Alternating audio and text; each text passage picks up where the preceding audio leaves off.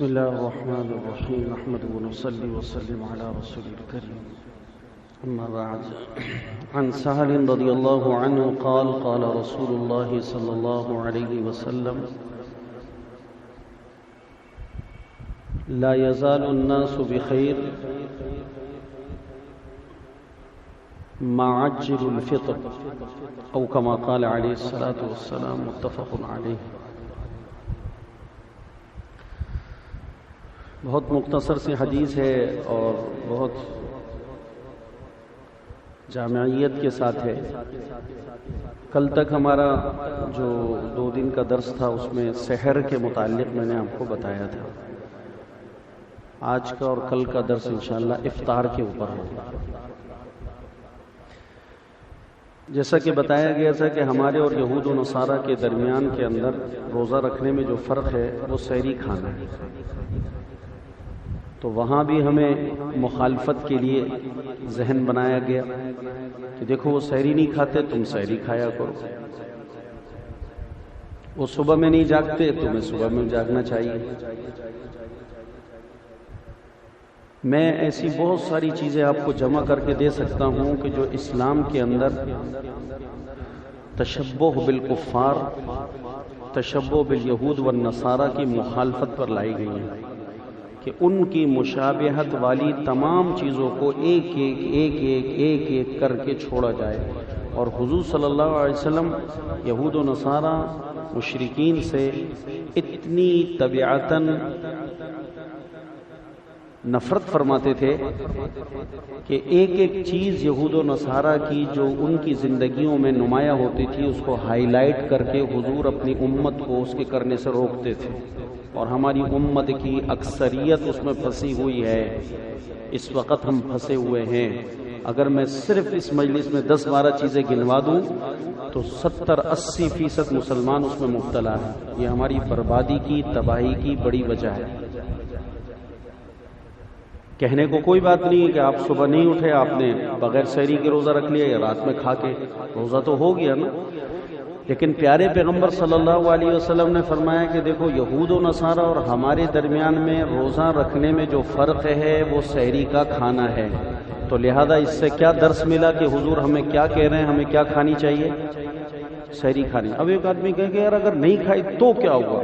یہ جو ہمارا اسٹائل ہے نا بولنے کا کہ میں نے داڑھی نہیں رکھی تو کیا ہوا، میں نے پینٹ شرٹ پہنی تو کیا ہوا، میں نے اگر انگریزی بال بنائے تو کیا ہوا، یہ جو حقارت ہے نا، حضور کی باتوں کو حقارت سے ریجیکٹ کرنا، یہ خطرناک چیزیں ہیں۔ 70% سے زیادہ مسلمان اس میں مبتلا ہیں۔ اب آ جائیے، میں آج آپ کو ایک اور حضور صلی اللہ علیہ وسلم یہود و نصارہ کی، روافض کی، دشمنوں کی ایک چیز کو ہائی لائٹ کر کے حضور اپنی امت کو اس سے روک رہے ہیں۔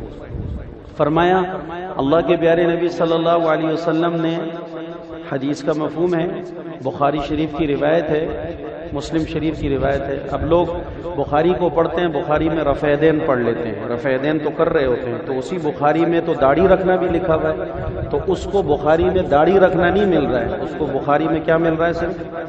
اس کا مطلب ہے کہ وہ بخاری کو اپنی خواہش کے تابع کر کے پڑھ رہا ہے، وہ بخاری کو اپنے خواہش کے تابع کر کے پڑھ رہا ہے۔ تو چونکہ نماز میں اس کو رفع یدین میں مزہ آ رہا ہے، ٹانگیں چیرنے میں مزہ آ رہا ہے، اس کو آمین بالجہر کہنے میں مزہ آ رہا ہے، اور اس کے لیے وہ دلیل پکڑتا ہے بخاری سے۔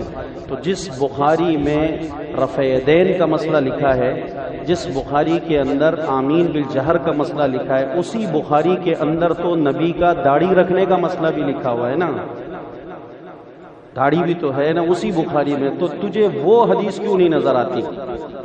کیوں نہیں نظر آتی؟ سوال یہ ہے، بخاری ایک ہی ہے، اور اسی بخاری سے تم نے احناف کے لوگوں کو، حنفیوں کو تم نے ورغلا کر لوگوں کو یہ بتانے کی کوشش کری کہ تمہاری نماز خلاف سنت ہے، اس لیے کہ بخاری کے خلاف ہے، بخاری میں تو یہ لکھا ہوا ہے، تو بخاری میں تو اور بھی بہت ساری چیزیں لکھی ہیں۔ تو انسان جب اپنی خواہشات کے تابع دین کو کرے گا تو اپنی خواہش کی نظر سے قرآن و سنت کا مطالعہ کرے گا، تو جو چیز اس کے خواہش کے موافق ہوگی اس کو لیتا چلا جائے گا، اور جو اس کے خواہش کے مخالف ہوگی وہ صحیح ہونے کے باوجود بھی اس پر عمل اب یہاں تک آستینے پہنے ہوئے، آستینے پہن کے نماز پڑھنا. میں آپ کو 10-12 چیزیں ابھی گنا دیتا ہوں، آپ پریشان ہو جائیں گے، آپ کہیں گے مولوی صاحب کیا باتیں کر رہے ہیں. کہ مسئلہ ہے کہ ہمارے تو عموم میں یہ چیزیں تعاون اور بیماری بن کر آئی ہیں، اس لیے کوئی ماننے کو تیار نہیں ہے، لیکن نقصان اس کا کتنا خطرناک ہے یہ پتہ چلے گا مرنے کے بعد. کہ خدا کا پیارا پیغمبر یہود و نصارہ، مشرکین، سائبین، روافض، اہل بدعت، ان کی ایک ایک چیز سے اتنی نفرت و کراہیت فرماتے تھے کہ اگر کہیں پر بھی ان کے اندر کوئی چیز نظر آتی، حضور اپنی امت کو روکنا شروع کر دیتے، بھئی یہ نہیں کرنا، یہ نہیں کرنا، چاہے وہ عبادات کی لائن سے ہوں، چاہے وہ اقوال کی لائن سے ہوں، چاہے وہ افعال کی لائن سے ہوں، چاہے وہ اخلاق اور کردار کی لائن سے ہوں. ان کی کوئی چیز بھی ہمارے لیے فالو کرنا جائز نہیں ہے. ہم اپنے نبی کو فالو کریں گے کیونکہ نبی ہمارا آئیڈیل ہے. بس ہم نے اپنے نبی کو اپنا آئیڈیل مانا ہے. جب نبی کو مانا ہے تو جو نبی کریں گے اور جو کہیں گے ہم وہ کریں گے. اب دیکھیے میں آپ کو ایک بات اور آج بتا دیتا ہوں. متفق علیہ روایت ہے بخاری اور مسلم میں رسول اللہ صلی اللہ علیہ وسلم کی، کہ جس میں آج آپ نے یہ بات ارشاد فرما دی ہے جو آپ کے سامنے حدیث آ گئی، میں نے پڑھ لی، کہ پیارے پیغمبر نے فرمایا لا یزال الناس بخیر ما عجل الفطر. میری امت یعنی مسلمان، میری امت یعنی مسلمان، میرے ماننے والے خیر پر رہیں گے، خیر پر رہیں گے جب تک یہ افطار میں جلدی کرتے رہیں گے. لا یزال الناس بخیر ما عجل الفطر. میری امت خیر سے رہے گی جب تک میری امت کے اندر افطار کرنے کے اندر جلدی کا معاملہ ہوگا.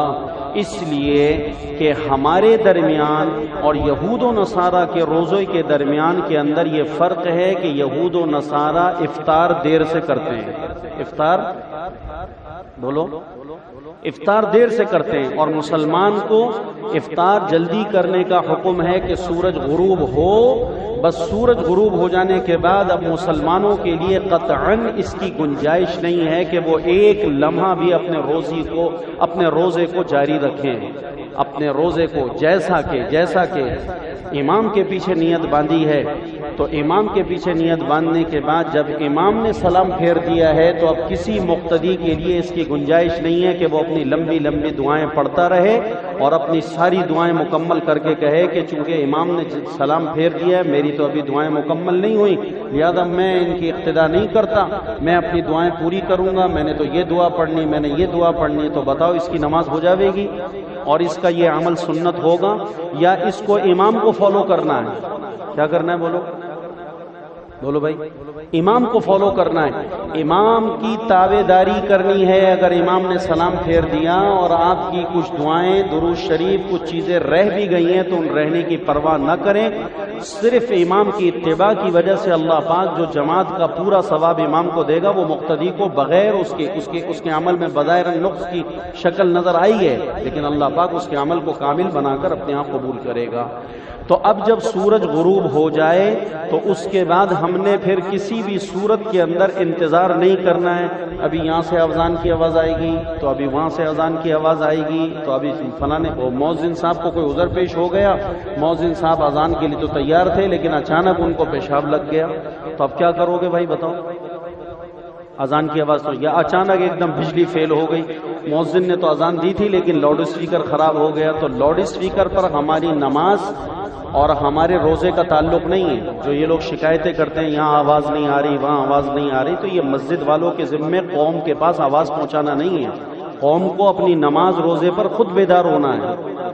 قوم کی ذمہ داری ہے کہ وہ اپنی نماز روزے کی خود فکر کرے، جیسا کہ اپنے آفس جانے کی خود فکر کرتے ہیں.